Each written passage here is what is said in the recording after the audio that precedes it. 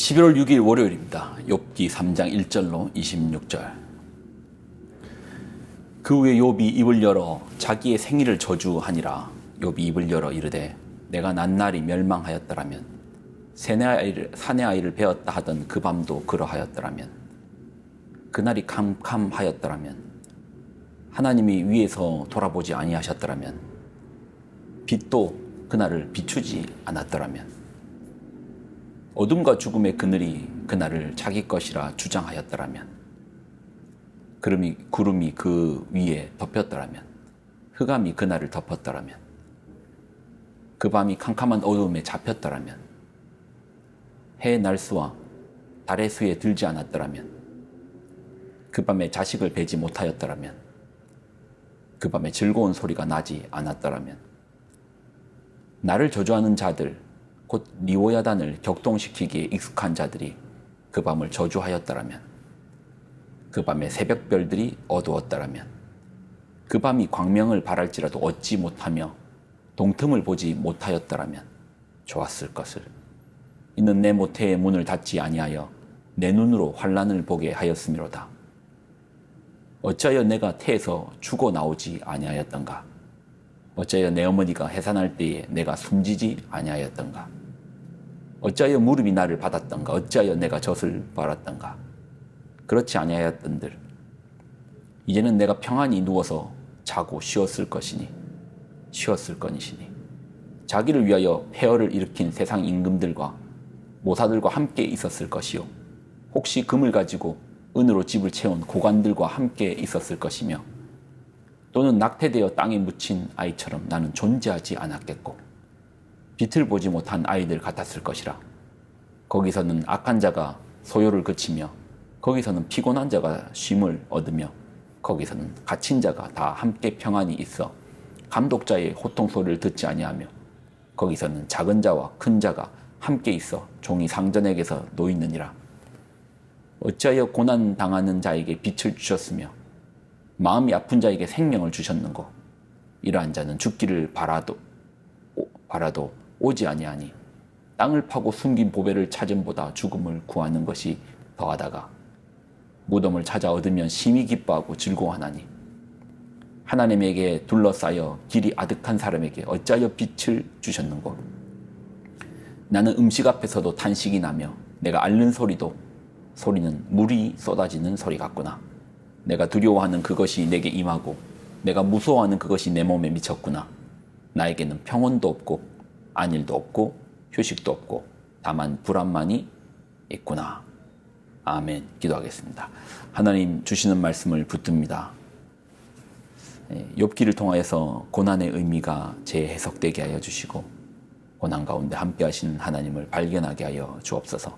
영광을 드립니다. 예수님의 이름으로 기도드립나이다. 아멘.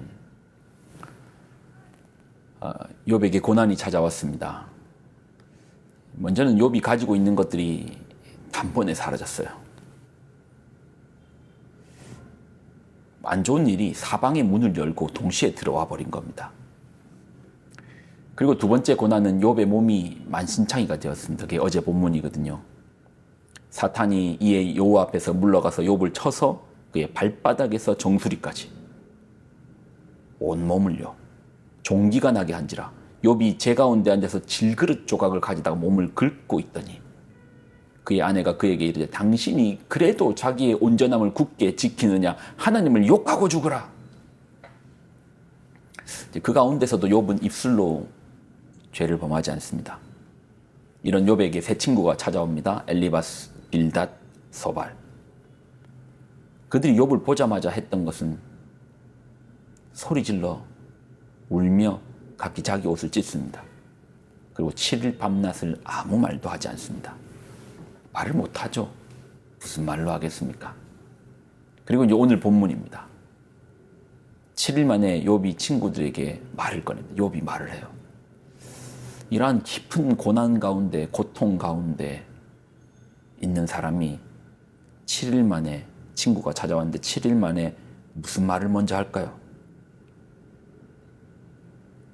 11절 어찌하여 내가 태에서 죽어 나오지 아니하였던가. 어찌하여 내 어머니가 해산할 때에 내가 숨지지 아니하였던가? 어찌하여 무릎이 나를 받았던가? 어찌하여 내가 젖을 빨았던가? 그렇지 아니하였었는들 이제는 내가 평안히 누워서 자고 쉬었을 것이니. 욥은 생각하고 생각했을 것입니다. 자신이 고난의 문제 앞에서 묻고 또 물었을 것입니다. 내 이 고난의 문제가 해결될 수 있을까? 내 이 어려움의 문제가 해결될 수 있을까? 나에게 지금 둘러싸여져 있는 이 깊은 심연 속에서 나는 다시 빛을 볼 수 있을 것인가? 아마 그 속에서 도저히 희망이 없다. 아무런 실마리도 생각나지 않을 때 그가 생각해냈던 것은 죽음입니다. 죽음에 대하여 참으로 깊이 생각하고 또 생각했습니다. 내가 난 날이 멸망하였더라면, 사내 아이를 베었다 하던 그 밤도 그리하였더라면, 그날이 캄캄하였더라면, 하나님이 위에서 돌보지 아니하셨더라면, 빛도 그날을 비추지 않았더라면, 그 밤에 자식을 베지 못하였더라면, 그 밤이 저주를 받았더라면, 어찌하여 내가 태에서 죽어 나오지 아니하였던가. 도무지 답이 보이지 않는 상황 가운데서 이 고난의 깊음 속에서 7일 만에 욥이 그 입을 여는데 그가 하는 말이 죽음인 거예요.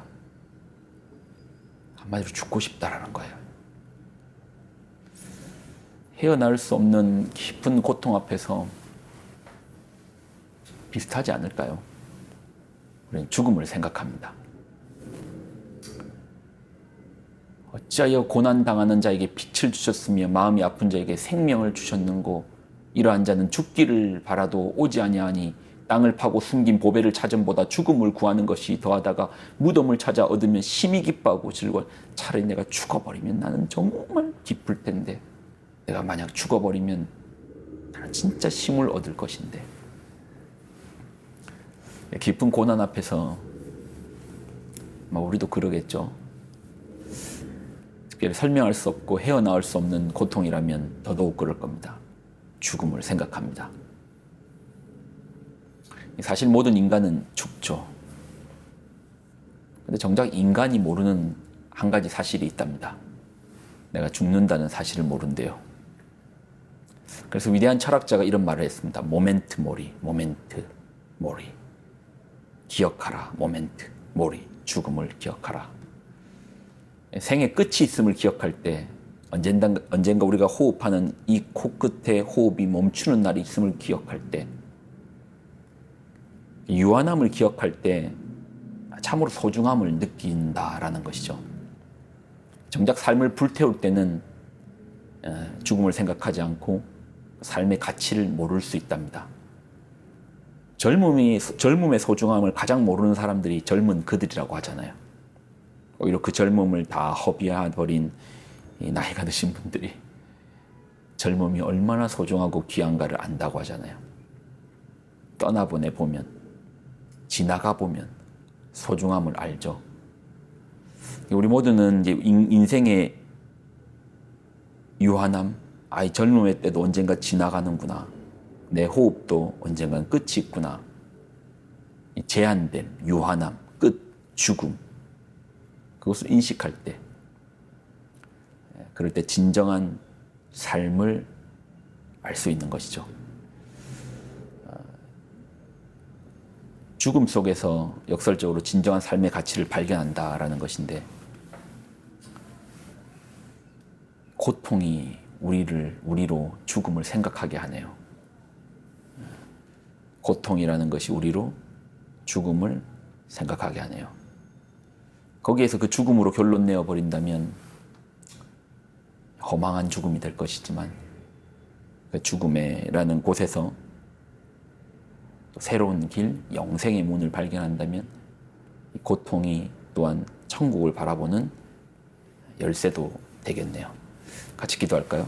하나님, 욥기를 바라봅니다. 헤어나올 수 없는 고통, 설명할 수 없는 고통의 문제 앞에서 죽음을 생각하는 우리의 연약한 모습을 주님 보아주옵소서. 생명을 주신 하나님 앞에 오히려 그 생명을 거두어 달라고 하는 그런 우매한 우리의 모습입니다. 고통 앞에서, 생의 찬란한 앞에서는 삶의 가치를 모르고 오히려 고통 앞에서 죽음을 생각하고 그 죽음 속에서 삶의 진정성을 바라봅니다. 하나님, 우리로 주신 생명을 소중히 가치 있게 언젠가 끝날 수 있음을 기억하고 오늘을 살아냄을 감사함으로 살아내게 하여 주옵소서. 영광을 드립니다. 예수님의 이름으로 기도드립나이다. 아멘.